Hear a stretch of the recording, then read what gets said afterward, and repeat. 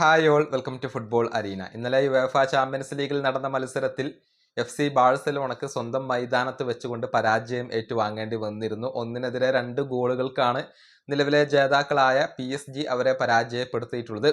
മായുലു, Gonzalo Ramos എന്നിവരാണ് PSG വേണ്ടി ഗോളുകൾ നേടിയത്. ഫെറാൻ ടോറസ് ആയിരുന്നു ബാഴ്സലോണയുടെ ഏക ഗോൾ നേടിയത്.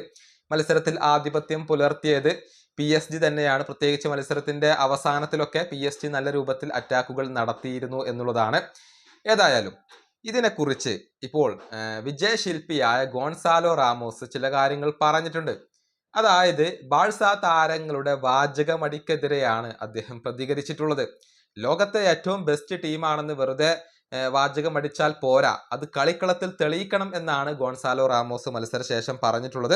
അദ്ദേഹത്തിന്റെ വാക്കുകൾ ഇങ്ങനെയാണ്: നിങ്ങൾ ലോകത്തെ ഏറ്റവും മികച്ച ടീമാണെങ്കിൽ അത് കളിക്കളത്തിൽ തെളിയിക്കുകയാണ് വേണ്ടത്, അല്ലാതെ വാചകമടിക്കുകയല്ല. ഞങ്ങളാണ് മികച്ച ടീം, ഞങ്ങളാണ് യൂറോപ്പിന്റെ ചാമ്പ്യന്മാർ. ഇതാണ് ഗോൺസാലോ റാമോസ് പറഞ്ഞിട്ടുള്ളത്. മികച്ച പ്രകടനം നടത്തി എന്നുള്ളത് PSG സന്തോഷം നൽകുന്ന കാര്യമായിരിക്കും. പ്രത്യേകിച്ച് പല സുപ്രധാന താരങ്ങളുടെയും അഭാവത്തിലാണ് ഇത്തരത്തിലുള്ള ഒരു മികച്ച പ്രകടനം പുറത്തെടുക്കാൻ അവർക്ക് കഴിഞ്ഞിട്ടുള്ളത്. ഡെംബലെ, ക്വാരഷ്കേലിയ, ഡെസിയെ ഡുവെ, മാർക്കിഞ്ഞോസ് തുടങ്ങിയ പ്രധാനപ്പെട്ട താരങ്ങൾ ഇന്നലത്തെ മത്സരത്തിൽ PSG വേണ്ടി കളിച്ചിരുന്നില്ല.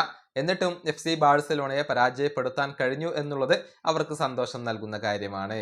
ഈ വീഡിയോ അവസാനിപ്പിക്കുന്നു. അടുത്തൊരു വീഡിയോ വീണ്ടും കാണാം.